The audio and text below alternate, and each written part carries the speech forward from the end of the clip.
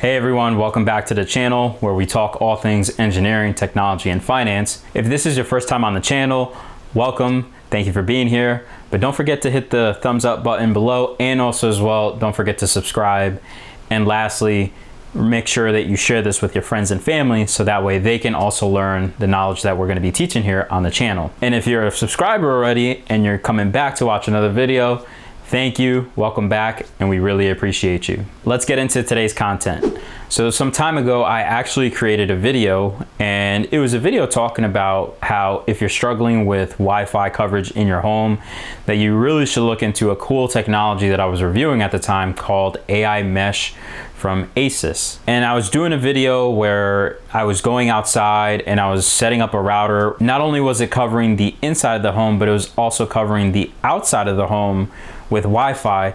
And you could actually see in this video that I was traveling really far away from the house, and I was still getting coverage on my phone throughout the neighborhood, even walking so far away from the router using that AI Mesh technology network. Now, if you're unfamiliar with what I'm talking about, I'm gonna link in the description below the video that I did where you can watch what an AI Mesh network is and what kind of performance you can get out of that, so that way you can utilize that technology in your home in order to overcome some of the wireless challenges that people constantly have. Now in today's video, we're gonna go ahead and look into how to set up a router and how to prepare for utilizing an AI Mesh network. So this is gonna be a two-part series where we're going to first set up our router and make sure that that is all set up. And once that router is set up, we're gonna look at the performance in our house and see if it's capable enough of meeting the demands of our home and gives us coverage throughout the whole house.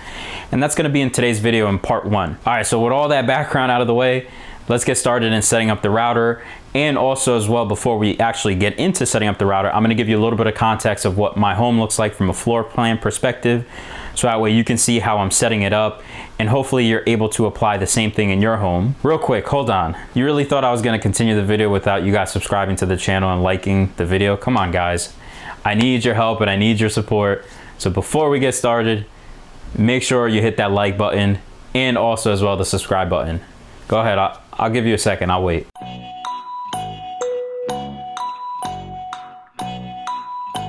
Thank you for finally hitting the button. Let's get started now. So welcome to my floor plan in my house, and this is just a brief introduction so that way you understand where I place my router in my home, so that way I can get the best coverage. If you listen to one of my tips is to make sure that you keep the router in a centralized location. As we can see here, here's a floor plan of my home. Let's take a little closer look. We have 1, 2, and 3 bedrooms. So this is the master bedroom. And then we have 2 other bedrooms over here. There's 2 bathrooms. Here's 1 bathroom, and here's another bathroom.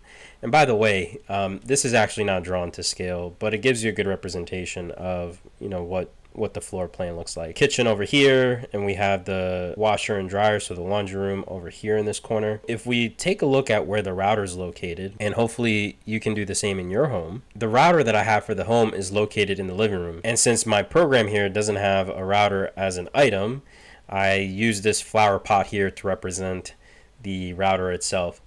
And so as the signal travels out, because it travels in multiple directions, it covers this side of the house, which includes the one work area that we have here, as you can see with this desk over here and the computer. And then it covers the other side of the house as well. And we can also see that on the other side of the house, we have another desk over here. And this other desk is where I typically work. With that one router, we can cover the whole entire house, and it gives us the coverage that we need in order to make sure that the house is blanketed.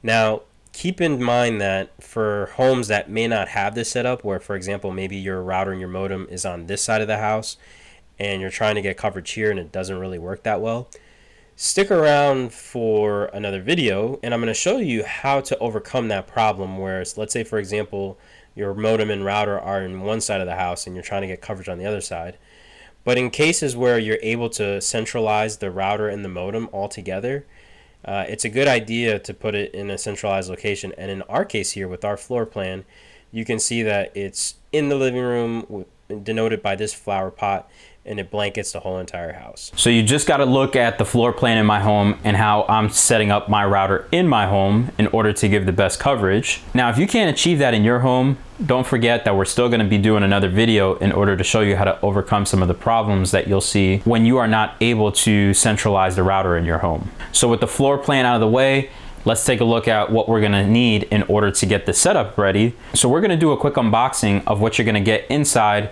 the Asus router box. So let's take a quick look at that now.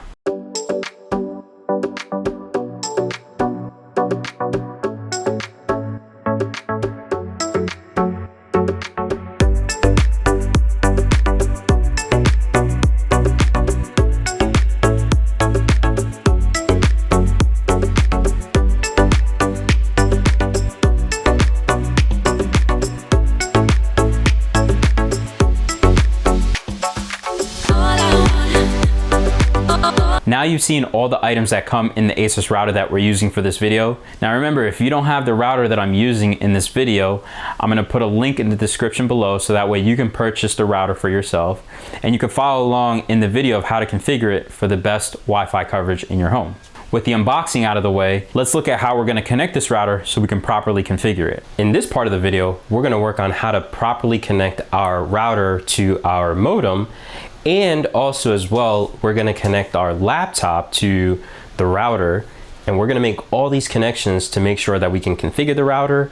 And also, once we're done configuring the router, we can make sure that our whole home Wi-Fi system connects to the router with the configurations that we've used. So with all those things out of the way, let's talk a little bit about what we have in front of us. So as you saw in the unboxing, we have our Asus router, which is here.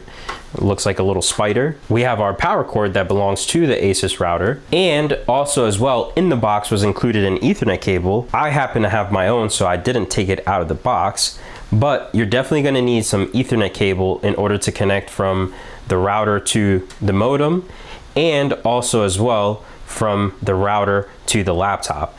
And I have a laptop here that I'm gonna be using, but I'll show you what those connections will look like in a moment. Now keep in mind, we're gonna be using a cable modem here, and it's an Asus Surfboard SB6190 here. And this guy is gonna be used to show you what the connections look like from the modem to the router. And in this video, we're making the assumption that your modem is properly hooked up and you know how to set this guy up, because the video is not really focused so much on the modem, but more so on the router. So real quick, let's take a look at what those connections look like. Here we have our Asus router. And as you can see here, there's several different ports and several different connections here.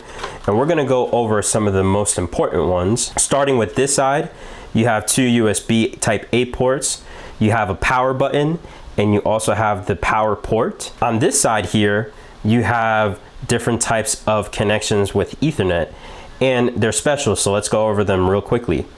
This blue one here is the WAN port. Although the WAN port is only connected at 1 gigabit per second. We have two ports here that are capable of 10 gig. And let's go over the first one, which is 10 gig Ethernet. So this is where you can connect your Ethernet connection to the WAN port. And then the second one here is what you call an SFP port. And you can use an adapter, an SFP adapter, to convert it to anything that you may need to make a connection. And in our case, in our home, we use an SFP Plus to Ethernet adapter in order to convert this to an Ethernet. And in this side along the router with these yellow ports, they're all 1 gig Ethernet ports that are available to connect to any device you have in the house. It can be laptops, desktops, anything that you may have that needs to connect to the internet via an Ethernet. With the explanation of the ports out of the way, let's go ahead and make the connections, and I'll show you how this all ties in together. First thing we're gonna do is we're gonna connect power. So we have our power connector here, and this goes in here like so. And once you have the power connector in, you wanna make sure that in order to actually give power to the router, this button has to be pressed in. So I'm gonna go ahead and press it in now, so that way when I plug the brick in, power is automatically given to the router. Now working on this side, in order to take advantage of future technologies, we're actually not gonna use the 1 gig WAN port. We're actually gonna use the one in the middle in between both of these, and it's going to be the 10 gig Ethernet port. And this allows us to take advantage of all the high-speed internet access that is available to us through our ISP and for many years to come. So let's make the connection between our WAN port, which is going to be our 10 gig Ethernet. We're gonna take this end of the Ethernet cable and we're gonna plug that into our 10 gig Ethernet port. And the other end of the Ethernet cable, we're gonna go back to the modem. And in our case here, we have an Ethernet port here on the modem. So we're gonna plug into here. Just like we said earlier, you need to make sure that you know how to connect your cable modem or whatever your ISP gives you in order to make sure that this is up and running. So when we make the connection to the modem, in our case here, to the router, it's up and running. And now we're going to make the connection from our router over to our laptop in order to make the configuration changes. So let's make that connection now. This Dell laptop has an Ethernet port here in the corner. What we are going to do is we're going to take one end of our Ethernet cable and we're going to plug it into our Ethernet port, and the other end is going to go into the router.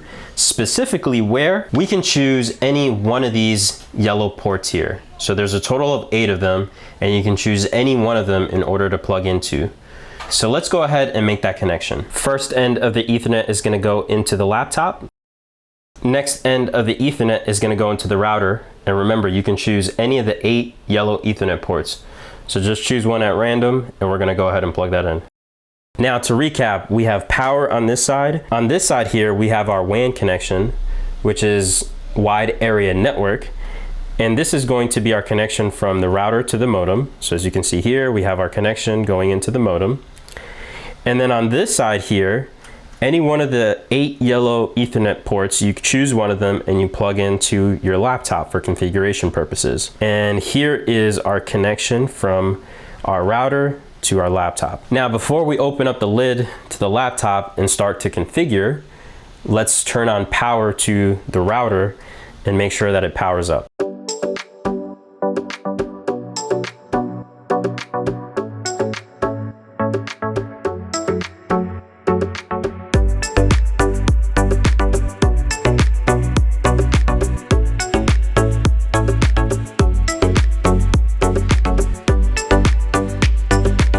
With the router up and running, let's go ahead and open our lid here and start configuring the router.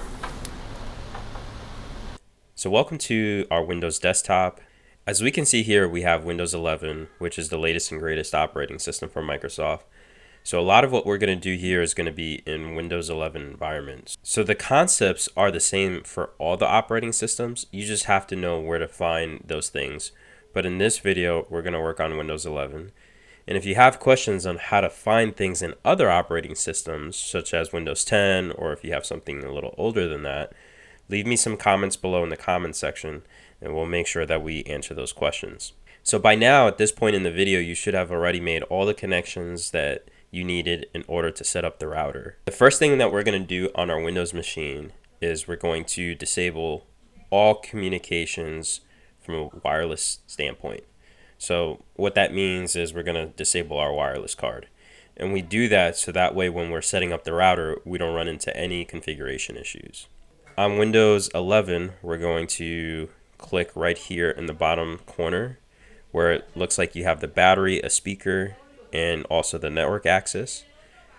And we have this little section here in the corner that has the Wi-Fi. So what we're going to do is we're going to click on that. And we're also going to disable the Wi-Fi. So now we see that our Wi-Fi is off. This ensures that we don't have any configuration issues while we're configuring the router. So let's jump into the next step. And the next step has to do with figuring out how to communicate with the router now that we've turned off our Wi-Fi and we're connected via hardwire, as you saw in the earlier parts of the video. So what we're going to do now is we're going to click on Start. And what we want to type here in the search bar is CMD, and that stands for command prompt. What we are going to type in this command prompt is we are going to type IP config. Now, since we connected our machine via Ethernet to the router, we're looking for an Ethernet adapter. And as you can see here, there's a couple of different things that are listed, but the more important thing is Ethernet adapter. And in my case, it's called Ethernet Adapter 2. And the biggest thing that we want to look for is what's called the default gateway. And you can see that over here. And the default gateway is the IP address that we have to type in our browser in order to reach the router and make the configurations that we need. Now, if this intimidates you and it sounds a little confusing as to what you are looking for in the command prompt, there's another way that we can access this to make sure that we can get the information that we need. Let's take a look at that now. The other way that you can use to find the information that you need is by going to the Start menu. And in the type here to search, we're going to look for a control panel. And clearly I spelled control wrong, but the computer did a good job of figuring out what I thinks I was looking for, which is correct, the control panel. So let's click on that. And here we have what's called the control panel. And where we are going to go here is the Network and Sharing Center. And in the Network and Sharing Center, we see one connection. And the one connection that we see here is Ethernet 2, which is the Ethernet cable that you saw that we connected to the router earlier. So let's go ahead and click on that. As you can see here, it tells you all the things about the speed it's connected to and all that other good stuff. But what we are mostly interested in, again, is the default gateway address. So we can look at that by going under details. And as you can see here, the IPv4 default gateway is what we need. And so 192.168.50.1 is the address that we need in order to communicate with the router. Now that we know that information, let's launch a web browser and let's start the process of configuring the router. So let's go ahead and hit start. And let's go and start Microsoft Edge. You can use any browser that you like, whether it's Firefox, Chrome. I'm just going to use Edge because it's already on the computer and it comes with Windows 11. With the web browser launched, now let's put in the address of the router so we can communicate with the router and configure the router. 192.168.50.1, and we're going to hit enter. With the address typed into the browser and you hit enter, you are presented with the screen now that says welcome to the RTAX89X, and this is basically the splash screen telling you you've now communicated with the router. Let's go ahead and set it up. So there's a couple things here that we're going to have to walk through in order to set up the network. So let's walk through what are the things that you need in order to start that network. First thing we're going to do is we're going to hit create a new network. Now it comes to the point where it says here, please plug in the cable into the WAN port and the system will detect your network settings automatically. We're going to make sure that we're going to skip this part because we're going to manually configure everything and then we're going to install everything afterwards.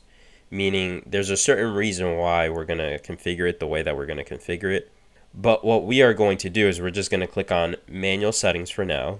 Now, one of the great things about this router is it's future proof. Meaning that as internet speeds increase, this router will be able to handle it based off of the WAN connection type that you see here.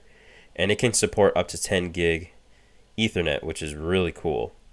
We want to make sure that we choose the 10 gigabit Ethernet connection. And this is the connection that we're going to use in order to connect our modem and our router together. So let's go ahead and choose 10 gig Ethernet.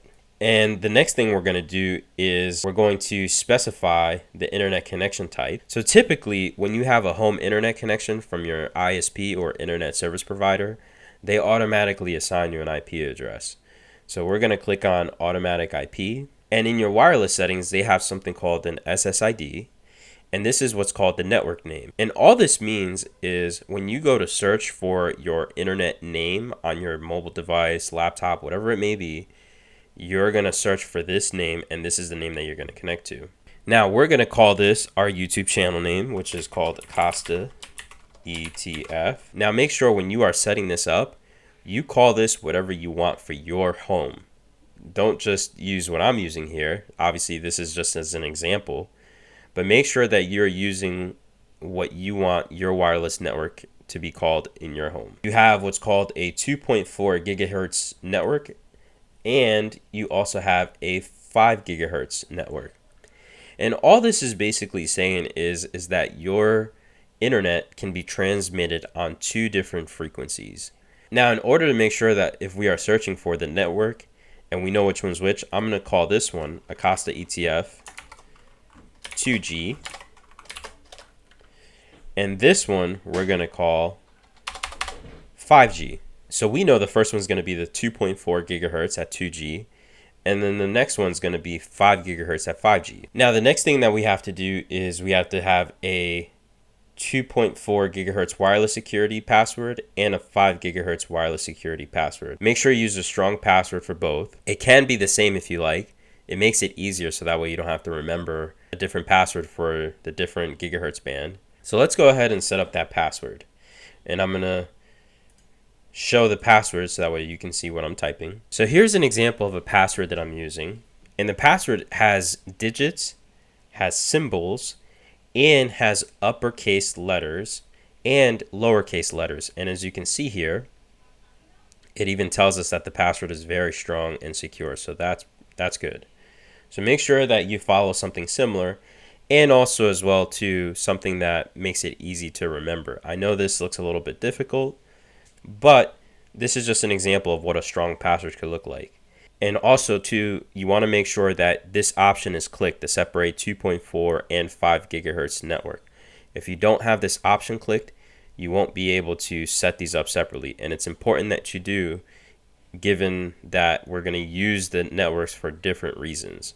And we'll talk about that a little bit later. So let's go ahead and hit apply here.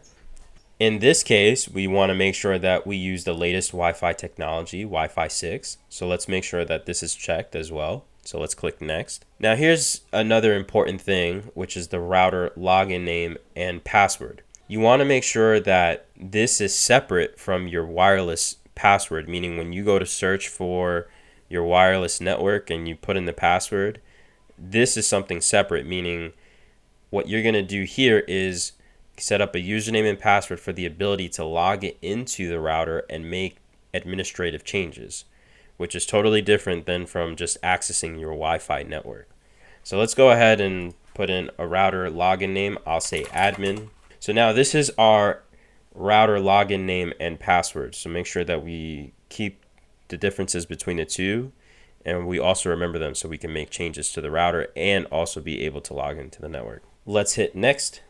Now the last page is just a summary page. It just tells you everything about the wireless settings that we created. So you can see here the 2 gigahertz network. It's the name and the security. And you could also see the 5 gigahertz network, the name and the security key. So now that we have this out of the way, let's make sure that we go back into our router and do some further configuration. And we do that by typing in the same IP address as before. Since we have the IP address already in the bar, I'm going to just remove all this stuff, all that stuff that was there, and just leave the IP address, and let's hit enter. So now we're presented with the sign-in screen, and we're going to sign into the router in order to make additional changes to the router before we go ahead and start connecting all the devices to it. And if you remember, the username and password to this is the username and password that we created for the router login, not the Wi-Fi. So keep that in mind. So keep in mind your username and password will be different, but just make sure you put in the right one. So let's sign in. And here we are, we're presented with the screen, and the screen gives us the 2.4 gigahertz network and the 5 gigahertz network and a little bit of information about our network. So one of the first things that we are going to do is we are going to set up our guest network. And our guest network is so that way when folks come to our house, they're able to use your intranet and be separated from all the devices in your home. Let's say you have some critical files on your network, taxes, whatever the case may be, and you don't want them to have access to it. This gives you a way to segregate the people that come to your home and visit from accessing anything on your network. So one of the first things we're going to click on is we're going to click on guest network. And here we're presented with the ability to set up our 2.4 gigahertz network and our 5 gigahertz network, similar to how we set up for our home Wi-Fi network. So what we are going to do is we're going to work on the 2.4 gigahertz first. So let's click enable. What we are going to do now is we're going to give it a name, a network name, so SSID, and we are going to call this Acosta E.T.F 2G guest. So now when folks come to our home and they have a 2 gigahertz network device, they can log in to Acosta E.T.F 2G guest, which is going to be the name. And the way they get onto the network is we're going to have to provide them with a password. Never a good idea to just leave it open the way it is. So we're going to click on WPA2/WPA3 personal, and we're going to type in a password here in order to be able to access the network. Now I'm going to say hello 1234. Now the next section is you can actually limit their access time, meaning how long they're allowed to be on your network. We're going to leave this for unlimited access. Bandwidth limiter, you can leave it at no. Access to intranet, we'll leave that as disabled. All the other settings we will leave on disable for now. So let's go ahead and hit apply on this. Now we successfully set up our guest network name, our authentication, and all that is set up, even the network key is shown there. Let's go ahead and set up the same thing for our 5 gigahertz network. Now we have our 2.4 gigahertz for the guest network set up, and also as well the 5 gigahertz network set up for our guest network. The next thing on the list that I want to set up is what's called the AI protection. Here we have what's called the AI protection. All this does, as you can see up here, it says it uses Trend Micro, which is a third-party company, to protect against network exploits and to secure your network from unwanted access. So we're going to go ahead and enable it by turning it on.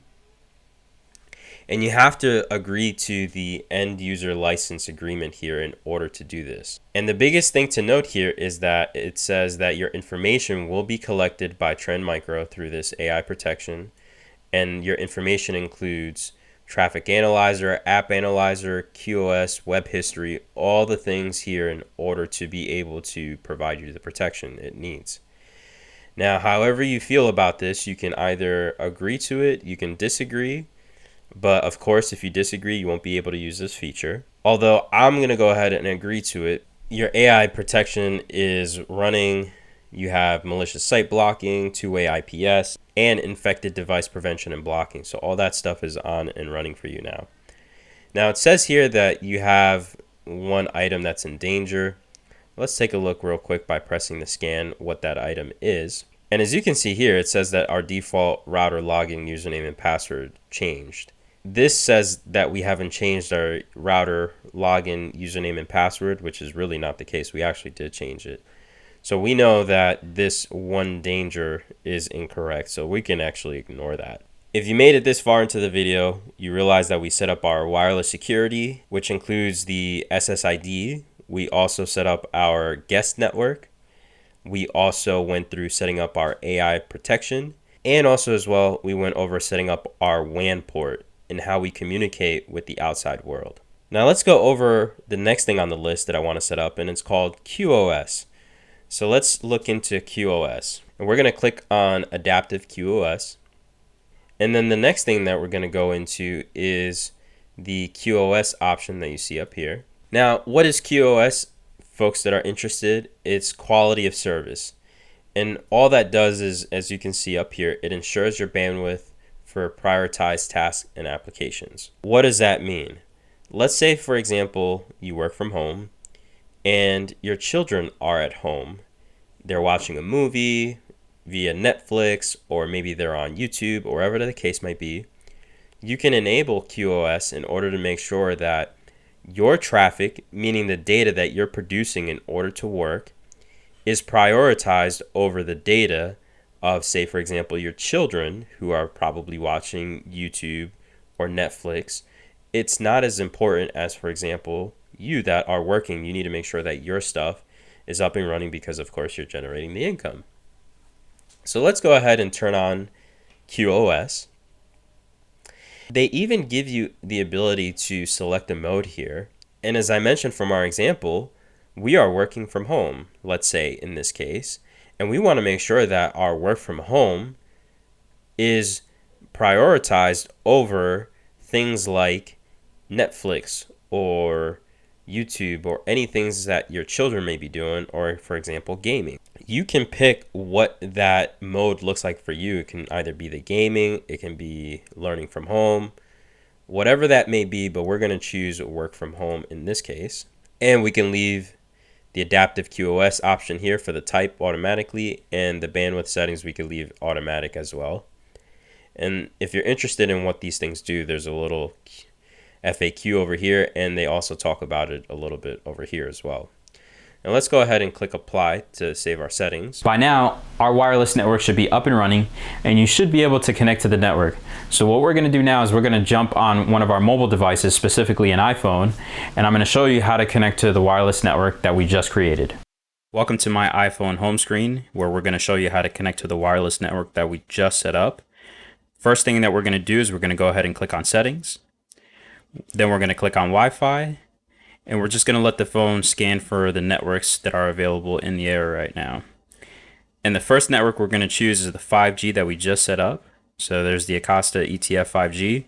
Once you select the network, which in my case is the Acosta E.T.F 5G, we're going to put in the password. After we put in the password, we're going to click join.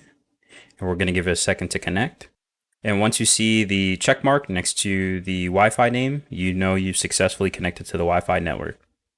With the Acosta E.T.F 5G network set up, let's go ahead and set up the Acosta E.T.F 2G. So let's click on that. Then we're going to put in our password. And once we put in our password, we're going to go ahead and click join. After we put in our password, we give it a second to connect to the network. So we are going to see a check mark on the Acosta E.T.F 2G, which we just saw. And that tells us now that we're connected to the 2.4 gigahertz network. For those that are interested why we connected the 2.4 gigahertz network and the 5 gigahertz network on our phone, the upside to the 2.4 gigahertz network is that it travels a lot farther than the 5 gigahertz network, but then the downside to it is that it doesn't carry as much data, meaning it's slower. And as you can imagine now, the 5 gigahertz network is the opposite, where it carries a lot of data and it's much faster, but it doesn't go as far as the 2.4 gigahertz network. So the good thing is we're going to let the phone decide what's the best network to connect to based on the scenario that you are in. So that's all for this video. And in this video, you should have learned a lot of different things. So just to recap, we went over the router that we're going to use. And remember, if you don't have the router, a link will be in the description. Not only did we see the router that we're going to use, we also learned how to connect the router properly in order to do the configurations. In the process of configuring, I showed you how to set up a couple of things. So some of the things that we set up in the configuration was the router username and password in order to be able to log in and configure the router. We also set up the guest network for the router. We also set up the Wi-Fi name and password. We also set up QoS, which is quality of service. And we also set up AI protection in order to make sure that our network is protected. And we did a small little presentation of how you connect your mobile device, and I chose specifically an iPhone, on how to connect to the network. Now, if you made it this far into the video, a huge congratulations. And I'm gonna give you some special instructions, and if you follow them, we're gonna do a random draw of someone who's gonna win one of the Asus routers that I was using in this video. So follow these instructions and make sure you listen closely, because I'm gonna draw a winner at the end of the month. So from the day that this video gets posted, 1 month from there, I'm gonna draw a winner, and that winner is going to win an Asus router, and I'm gonna get in touch with you on how I can ship that to you.